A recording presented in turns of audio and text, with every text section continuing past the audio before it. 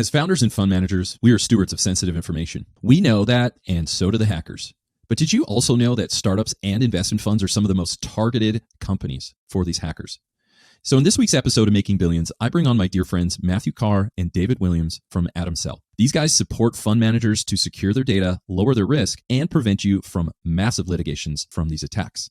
Securing your operations while outsmarting the criminals are all critical skills we need in our pursuit of making billions. Let's get into it.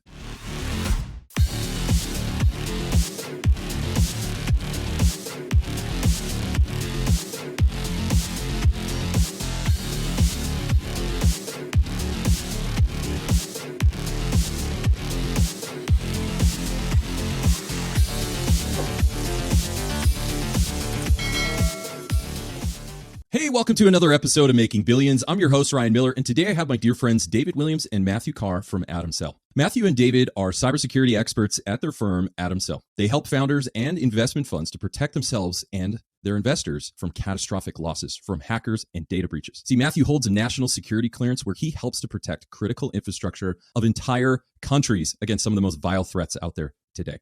So what that means is that Mathew and David understand what can cost you and your company's billions in losses and how to fortify you against one of the largest cybersecurity threats today. So David, Matt, welcome to the show, fellas. Hey, Ryan, it's great to be here. You know, we love the show and you always am entertained by it, but you always learn something too. And I was really enjoying some of the recent episodes, and I won't give it all the secrets away, but Fred Carey really impressed me with his secrets. Well, it's certainly a pleasure to have you guys, and thank you. You're very kind. Yes, the show's done very well, and it's because of brilliant guests like you, and you mentioned Fred and many of the others that have gone before. I've been so impressed with everything that you guys have done with AtumCell and securing national security threats, but still bring it home to the entrepreneurs, the founders, and even emerging fund managers. If there was ever a group that gets targeted, it would be anybody that deals with money, and especially new companies, emerging funds. Those things tend to be highly targeted. I get spam and phishing emails all the time. That's probably light stuff compared to what you guys deal with. We're going to get into that in a minute. But before we do, maybe you can walk me through, how did you guys even get into this industry? How did you become experts? Well, thanks for having me, Ryan, and very kind of you to call me an expert. I guess others might agree with you as well, but I've been doing security professionally for more than 12 years now, but it's always been a passion of mine going right back to school. I remember disabling the parental controls so we could browse the web freely. And I was quite lucky. I went to a school that we got taught programming, and this back in the 90s. So some schools don't even know that today. So I got an early start. My mum was in the movie industry and she had one of the first MacBooks with ClarisWorks, all that kind of stuff. So yeah, I got good internet access early and my interest has been there ever since. I published a lot of research in the areas of cyber terrorism, sort of attacks on physical equipment, physical infrastructure, even relating to things like economic terrorism, and also like novel research around areas like penetration testing and red teaming, and presented all those sort of large cyber conferences like DEF CON, B-Sides and more. Yeah, I do in fact protect critical infrastructure against threats. We call it adversary simulation. So my job is to go in there and basically pretend to be a bad guy and test the defenses that the good people have set up. That work has led to the discovery of a couple of 0 days that affected national security.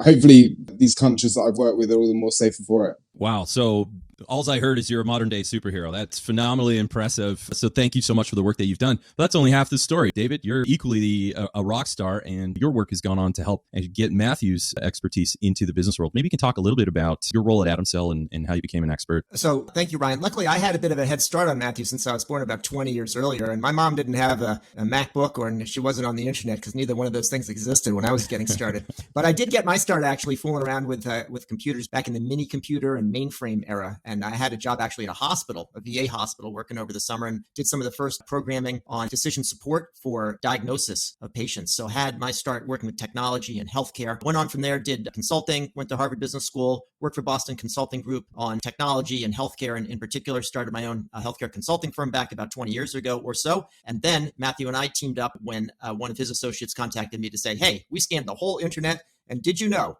that the most vulnerable organizations in the world are hospitals in the US? And I said, you know what? They're vulnerable. They're lousy customers. You know who's a better customer? Private equity firms and other financial managers. That's how we got together. Wow, that is phenomenal work. And I know me and all my colleagues and even people listening in 100 countries around the world are certainly grateful to know that there's guys like you that are working hard to secure funds. I mean, there's a lot of impact, both in the upside and the downside when it comes to private investments. And regardless of whatever direction your startup or your fund goes, if there are people who are waging some attacks on your company, trying to steal customer data or worse, some capital, just note there's guys like David and Mathew and AtumCell, who are there securing that. Now, that being said, maybe you can walk us through a little bit of AtumCell, your company, and how it relates to the private equity and startup world. You know, Ryan, you said something very important back there about cybersecurity being both the downside and upside, interestingly. Most people think just about the downside, which is, hey, what if I get hacked? Somebody steals my money. Someone's going to do competitive espionage on me. But there's actually, in this day and age, an upside to it, which is that data privacy and cybersecurity are things that people want to know. They want to know, I'm working with an organization that is actually protecting my data, and they're very aware of it. And so it's not just a downside, it's also a possibility to build great value. What we do is work with private equity firms, in particular in the middle market, who are now seeing this as very important to them. They're finding, first of all, as you said, that they're right in the middle of anybody that wants to be a scam. So, go where the money is. The portfolio managers want to deal with this, but when their limited partners come and say, hey, what's the cybersecurity posture of your portfolio companies? They say, I don't really know. I have no way to measure that. So we actually help them look at cybersecurity across the entire portfolio, find the vulnerabilities, make those remediations, track and report progress, and stay ahead of emerging threats. Man, thank you so much for that and the work that you've done. Maybe you can walk us through a little bit of how you help PE firms, or even any firm really, to find vulnerabilities. Walk us through a little bit of what you do and what people can expect to get someone like you or anybody in this industry. Well, the most important thing to know is that we bring something called the hacker's perspective. A lot of approaches to cybersecurity are based on compliance, a checklist. Here's all the things to go through. Well, guess what? The hacker, who's the one that you really have to worry about, they don't have a checklist. They don't have a scope of work. And I'm going to let Mathew explain what we actually do there. Yeah, so thanks, David. As David said, hackers don't care about policies. They don't care about checklists. They don't care about certifications. There's a saying in sort of red teaming and adversarial work, and that's by any means necessary. And so that really does encompass our approach. We take an impact-based approach. So we look at where the impact of the business is. But first of all, as David said, we start with the hacker's perspective. So that's if someone just has your domain name or they have a company name, what can they find out? So our scanner starts by looking at all the open data, data leaks, stuff on the darknet, picking all that stuff up. That's where we find passwords. That's where we find leaked documents. And in fact, the scans that we've done have helped, I can't name names here, but have helped some very large companies identify data breaches before they were even aware of them themselves. Part of that scan identifies infrastructure. We commonly, with companies we work with, find things that they didn't even realize they had online. So that's the key part of it as well, like what is exposed, what is out there. That includes systems that we were told were developer-only systems, but were in fact available to anyone with an internet connection. Once we look at that and we've mapped everything, all the information tied together, then we basically look for vulnerabilities within those things, which can be known and unknown. We also look for poorly configured systems. An interesting sort of takeaway from my experience in red teaming and pen testing is everyone talks about vulnerabilities, and vulnerabilities are given IDs. So if anyone's ever got an email that says CV 2023, this something affects something else, I can actually count on one hand the amount of organizations that I've breached using known vulnerabilities. The larger the organization, you would typically always find a poorly configured server. And in fact, that's actually often more fruitful, because if you've got one bad configuration, then it's likely you're going to find many more deeper within that. So our scanner also picks up things like the configuration side of stuff. And usually during that stage, we find a lot. Then we typically go on to an internal scan. Once all the outside's cleaned up, we will say that there's no point looking at the inside if there's a way in from the outside. And once those are buttoned up, then we can look at the maturity roadmap. Because really, another thing that's worth getting across is security isn't like a point in time. It's not a badge. It's not a medal. It's not a certification. It's a way you operate. It's a way you think. It's a way you defend and protect. That needs to be ongoing as your business changes. Unless you have a business that literally does nothing new, doesn't even change anything when you go into work, never sends an email, never makes a call, then sure, you don't have to worry about it and keep up to date with it. But that's not how things work, and things do change. And so you actually really want to look where you're at on a maturity scale and always keep pushing that forward. Yeah, I love that. And, often in private equity, venture capital funds, even startups as well, we're stewards of some very sensitive information, which inherently brings a little bit of risk. Now, the go-to thing that most of us, whether you went to business school or not, intuitively, you would say, well, if I've got risk, I will get some insurance policies to protect that risk. However, insurance companies know the more the risk, the higher the premium. So my thought here is that perhaps those people that want an insurance wrapper around their company, their fund, or their portfolio of companies that they hold within their fund, my assumption here, keep me honest, fellas, is that your work will also not only reduce risk, but probably reduce insurance premiums, giving a higher valuation profile likely. That's up to the market. But have you seen that your work on improving downside risk also helps companies to improve valuations and risk premiums? Ryan, one of the things we do, we call it insurance readiness scan.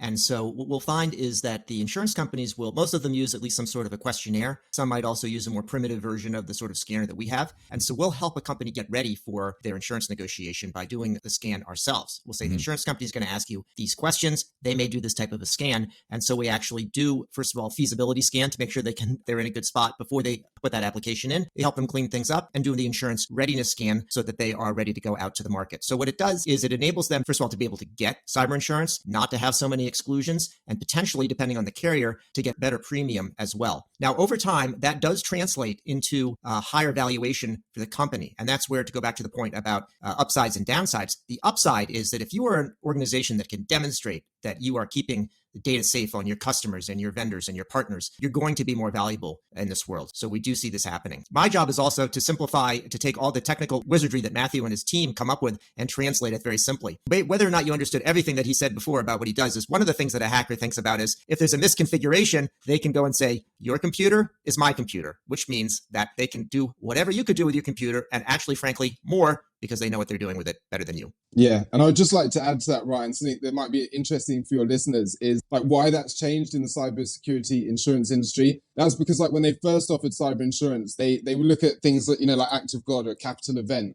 right? Something that would potentially harm the insurance firm or the underwriter. And so they looked at cyber attacks like they're going to be siloed, like it's going to be attack here, it's going to be attack there, we're going to pay out here, we're going to pay out there. It was actually the NotPetya ransomware which changed everything. Right, that hit Maersk, that hit some of the big names that, brought companies to its knees, because that really opened their eyes to actually, we can have one malware that becomes a capital event through loads of tiny hacks that compound together and create that same issue. So they're a lot more aggressive on that. That said, it's potentially a controversial view. Not all things insurance brokers ask you to do for your insurance policy actually makes you more secure. And I'd argue I've seen things they ask you to do that actually create risk. So just bear in mind, I think there's actual security, things that are actually going to make you more secure. There's compliance, and those two aren't synonymous, right? And then there's the insurance requirements. The compliance and insurance requirements are important, but if you really care about security, it's the first one you should focus on whilst you're doing the other two activities alongside. Wow. Well said. Ryan, before we leave this insurance topic, I can't help but tell you a story, which is that sometimes the portfolio managers add value by negotiating insurance on behalf of their portfolio companies, or they'll bring in a group and get more attention that way. Yeah. So one of the things we've seen hackers go after is the private equity firm itself and say, instead of looking at 35 different companies in the portfolio separately, why don't I go and find the one master list that shows what is the cyber insurance limit on the policy for each one of the companies? And then I know as a hacker, I can go and ransom each of the companies for their insurance limit. That's happened. And that is a case of not adding value if you are a private equity firm. Oh my goodness. So they're smart in many ways. The evil geniuses behind hacking you, they are able to back into the market economics of how much they can scam you. One of the things that I've noticed in investment funds is there's one clause where people can pierce the veil of protections through an LLC and a limited partnership. And that is typically in the fund world is something called gross negligence. Now, my assumption, keep me honest, but my assumption here is if there is something in your company, a risk, for example, that you either knew about it and didn't do anything, or you should have known about it and still didn't do anything, it could be argued that you were grossly negligent. Now that I would say some people could argue that your lack as a fund manager or an entrepreneur, relatively larger entrepreneur at a company, I would argue that some people could take a run at you for saying you should have known or you did know and you didn't do anything about cybersecurity risk. So my assumption is all of this wonderful stuff that you've done, one of the biggest things, at least in my brain, is that you help to protect emerging fund managers and entrepreneurs against that gross negligence claim, that if something happens, they can't pierce that corporate veil and come after you personally. Would you agree? Yes, I would agree. So when you think about the term due diligence, someone's making an investment, they need to be diligent. They need to do it in a way that's going to be professional and covers the bases. Cybersecurity has become part of due diligence. Some of the things that we find are, for example, the CEO of a company that's being acquired or is going to have an investment made in it. They may use their company email on some third-party account that was hacked, and we find a password on the dark web. And the password might be something like password, or the password might be the name of their company. Very commonly, entrepreneurs are proud of their company. So I'm not a lawyer, but I would say that if you go and you are investing in a company where the CEO has his work email leaked and is using the password of the company name, and you knew about that, or you could easily have found that because we found it, that would be something that would be questioned. That's just one example. Wow. So this is very serious stuff that you guys are able to help. Now, I'm just wondering, with all of your vast experience and industry experience and knowledge in hacking and helping people to protect themselves against people like that, maybe you got 2 or 3 things that you can give our listeners around the world, maybe help them understand the importance of it. What are some of those deep analysis things that you can provide for our audience? Okay, so I'll start with a technical one. I'll give you a big win for an organization. A quick tip for people that are actually managing billions or large amounts of money. My biggest advice would be use a dedicated device. Use a device that's updated regularly, that you don't install third-party apps on, and that you literally just use for banking, for financial transactions. Yeah, that would be my biggest takeaway, is a dedicated device does so much because it adds so much complexity. If you want to go one step further, if you use an Apple, if you use like a regular PC, then get an iPhone, right? Because they're different operating systems. They talk different languages. So dedicated device for that. But if you're an organization or you own one and are in charge of making sure it stays secure, my biggest win would be preventing computers to communicate to each other internally. So like 10, 20 years ago, we relied on these file sharing features of operating systems. Like on Windows, you've got the little thing in the tab on the side of your file browser that says network, and you can see other computers in there. If you've ever been to a hotel or something, you can see the risk in that because you click the network tab and you see other people's computers and you see the files that they're unknowingly sharing with everyone on the network. That's just one side effect, but it really, sitting behind that is the ability for the computers to communicate. And that's really what powers things like that file sharing on Windows. So if you limit that, you're going to pretty much kill ransomware in its tracks, not through some fancy or expensive solution, just purely from the fact that it might infect one computer, but it's not going to be able to go anywhere except back out to the internet, right? So it's ransomware literally works by infecting another host and another one and propagating throughout your network. And the way that it does that is by abusing these features of operating systems that allow computers to talk to each other on a network, on a local network. And you're also really going to eliminate 80 to 90% of other attacks. Because again, if I get onto a computer and I can't talk to anything else, then you've really got to be lucky to have landed in the one that has the keys to the kingdom, right? Like the database passwords or keys. Most of the time, the campaigns are going to come in through a department that aren't necessarily paying attention to that risk. I hate to single them out, but I see it all the time. The marketing department, right? They're used to signing up for loads of services. They're used to trying new platforms. So they get a lot of emails. Sneaking one into them is often a vector that works, right? They love to click on stuff. That's basically what they want. They want clicks. So they're used to clicking. Whereas, other departments are sort of more experienced with that. Like the finance department, they're naturally in tune to risk. So they're pretty hot on that. So to eliminate any of those concerns, just stop the computers being able to talk to each other internally. The thing there, Ryan, is before you do that, make sure that you don't rely on any internal system to communicate with, like a file server. And if you do, before you block that ability, make sure you allow that to continue to communicate. Man, brilliant. How important is it to implement something simple? I'm going to go through a very, very basic, but what about firewalls? Is there a spectrum of how strong a firewall can be? Is there something people could do right now with firewalls in their company? Yeah, absolutely. And here's a big one. I'm glad you mentioned that, because what I often see is firewalls are configured to prevent things coming in. And that's all well and good. But an analogy I give is like, if you have a house party and you invite guests over, but you're worried, you're suspicious a few of them might not be as honest as you would like. You're not concerned about what they come in with, right? Because it's usually a gift for you, a bottle of wine, like good greetings. But like, you're concerned with what they're leaving with. Are they leaving with your possessions, with your jewels, with your most expensive items? What I see on corporate networks is everyone's focused on what's coming in. No one prevents things going out. And so my biggest sort of advice is for people to check that and basically limit the ability for things to talk and communicate and reach out, because that's really what matters. Like if an attacker can get in, that's one thing, and a skilled attacker probably will. But what matters more is the ability for them to exfiltrate terabytes or gigabytes of your customer data or your intellectual property or something like that. Check that you've got your outbound firewall rules where you want them, because most of the time we see that wide open. Man, thank you so much. So stricter firewalls, and don't just think about the naughty stuff coming in, but kind of the good stuff going out. Both of those are a risk for companies, investment funds, and that can be a ton of stuff. I mean, we know the breaches. I remember, I'm not a cybersecurity expert, but I do remember Home Depot a few years back. They got hacked pretty hard and lost a ton of money on their valuation. I remember the Equifax, where all like thousands of people's social security numbers were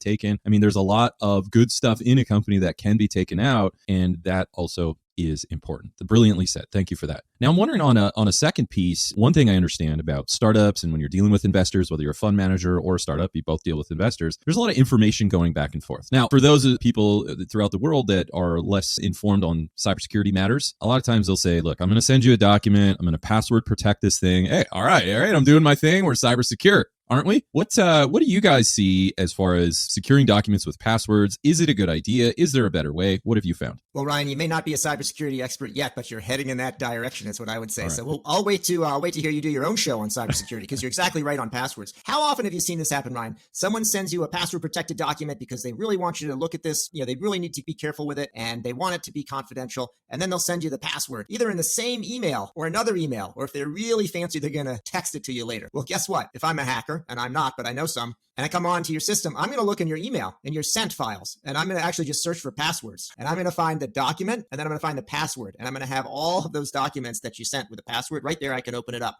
Same thing on the receiving end. People receive a lot of documents that were sent that way. You're going to get all the passwords and the documents that way. So it is a good idea to password protect a document. However, don't send the password by email or text. Instead, we actually have a free tool because we see this happen so often. And you go to AtumCell.com. That's AtumCell.com. Put the password in there and it will generate a link that can only be opened one time. So then you copy that link and you send it. You don't send the password, you send the link, and then they can open the link. The password is there. They can put it in their own secure place. That way, what happens is that when a hacker comes in, finds your email, they'll just find all these useless links that they can't open and they'll have the password protected documents. So that is a big one, Ryan. And we see there's a trade-off between security and convenience. So you want to be secure, but then, hey, I got this great pitch, but I'm going to send it to this investor. The last thing I want to do is bother him or her with, I've got this password, sign into secure email and all that. That's why we created AtumCell. Keep it super simple. Break that trade-off between security and convenience. AtumCell is both. Wow, I love that. So AtumCell, AtumCell.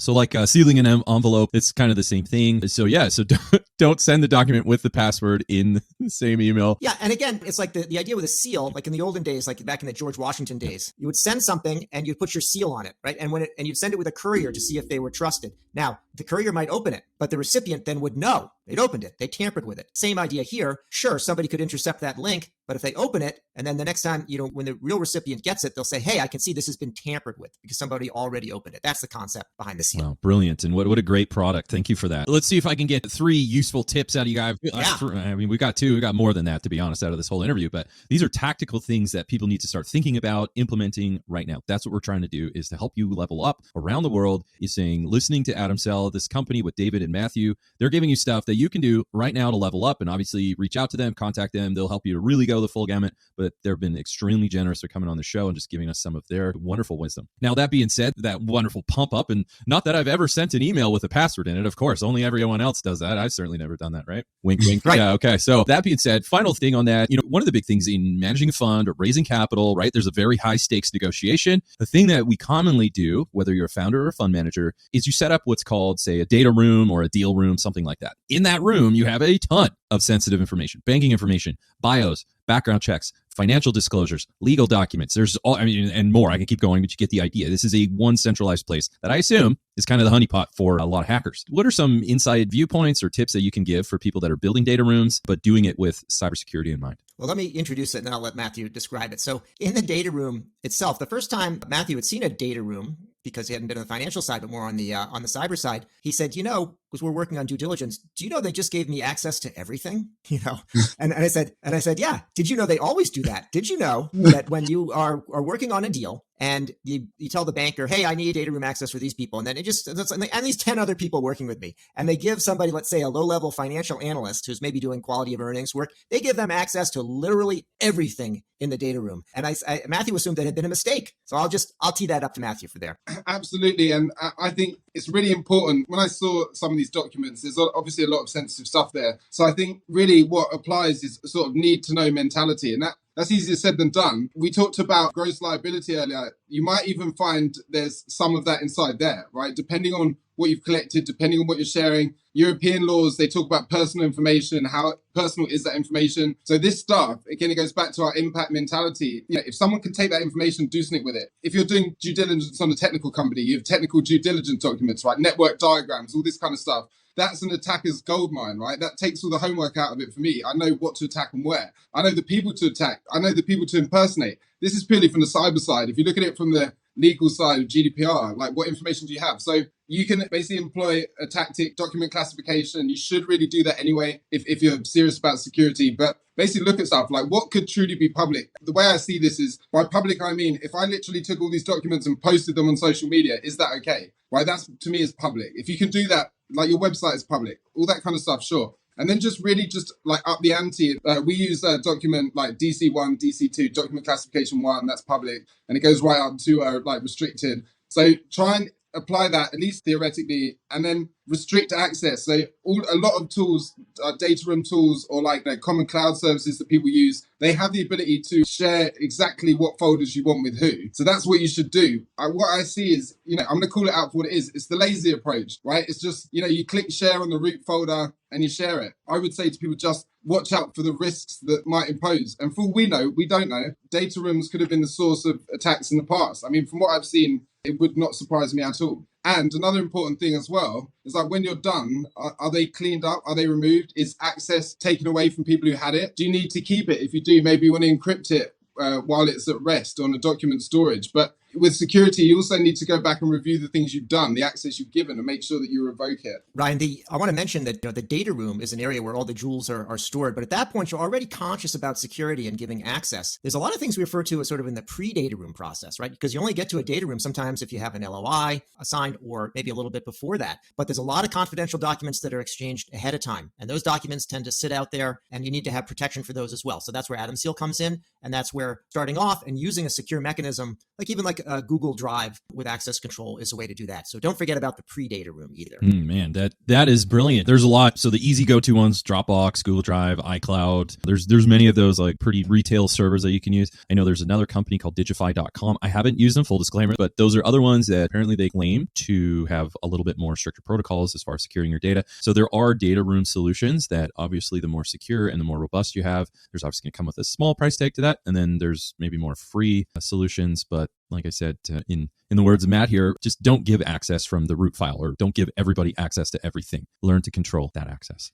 Is that a fair summary? Yep, it is. And I would just add one more thing that I think is important for people to know. And to me, security is about culture and mindset more than products and things that you buy. And it's like having that mentality. And a key thing for anyone to do, both personally and in business, is just mind what you keep, what information you store, right? Because that is the risk right there. Like we often say to ourselves and our clients, a hacker can't hack what doesn't exist, right? If that data is not there, they can't hack it, right?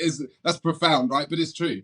And so you really want to get into the mindset of just keeping a check on that. Anything that's really sensitive for me, I back up in multiple external drives that are disconnected. It's known as cold storage. So they're not constantly attached to the workstation. You would have, if you wanted this data, and my operational security mindset is saying, don't say this out loud, but I'm going to say it, is if you wanted this data, you'd have to break into my office and physically steal it. Right? Because you can't hack it. Yeah. So if you have that sort of mindset, that's going to really make a massive difference. Again, you can't hack what's not there. That's just the fact. That's brilliantly said. Ryan, I know you have listeners all around the world, and there's different data protection regimes in different places. So for people in the US, they hear about GDPR. The way you usually hear about it, and this is the data protection scheme in the European Union, the way you usually hear about it is a big fine against somebody like Facebook or Google for violating it. There is some real logic to it. Which is that collect the minimum amount of information. We have the mentality, especially in the US, there's a lot of consumer data. I'm going to collect all the browsing data. I'm going to collect all the data that anybody is sharing with me in any form, and I'm going to keep it forever. And I'm going to use it for analysis, or I don't know what I'm going to use it for, but I'm going to keep it. Well, a hacker can get in, they can breach that data. And then how are you going to feel, and how's your reputation going to take a hit when people that just actually applied, let's say, for cell phone service and didn't even go with you, their information is hacked and it's out there. So you want to have the minimum amount of information. A good way to start with that is when you're founding a company, you put in data privacy by design, minimum collection of data by design. Start it off early rather than years later trying to go back and to deal with it. So minimum amount of data collected. It's a different mentality. Yeah, brilliantly said. So as we wrap things up, is there any last minute things, anything you want our listeners to know, or ways to contact you, anything at all? For sure. So I would say, I know we said this is the Making Billions podcast. I think the way you're going, and plus with a little bit of inflation, before we know it's going to be making trillions. So people, you might want to reserve that bookmark if you haven't done. Speaking of bookmark, I mentioned already AtumCell, AtumCell.com, where you can generate those one-time links or the passwords. But we also do this Hacker's Perspective scan that Mathew was talking about early on. And that's a way for an organization to find out, hey, what can a hacker see about you? And the truth is, if anybody in network security is out there, anytime you plug something into the internet, you put it online, you're going to get a lot of people looking in. Let's say people from Russia, China, North Korea, and elsewhere. They actually have similar scanners to what we have. The difference is they don't tell you what they found. They just act on it. We'll tell you. So we've actually set up a special link just for the Making Billions listeners. And if you go to AtumCell.com/billions, that's AtumCell.com/billions, we have an opportunity. You can get a free scan. You just put in your URL, do a free scan for you, and we'll show you what a hacker could see about you. So that was the way that I would say, if you want to contact us, you can also look for us on LinkedIn at AtumCell, or you can send an email. The easiest way to do that, send an email to me. That's d@atumcell.com, or Mathew, m@atumcell.com. Perfect. So improving settings in your network, getting stricter firewalls, implementing AtumSeal to protect your documents, control access to your data rooms only to people that need it. And finally, we said just collect the minimum amount of information and delete it when it's no longer needed. You do these things and you too will be well on your way in your pursuit of making billions.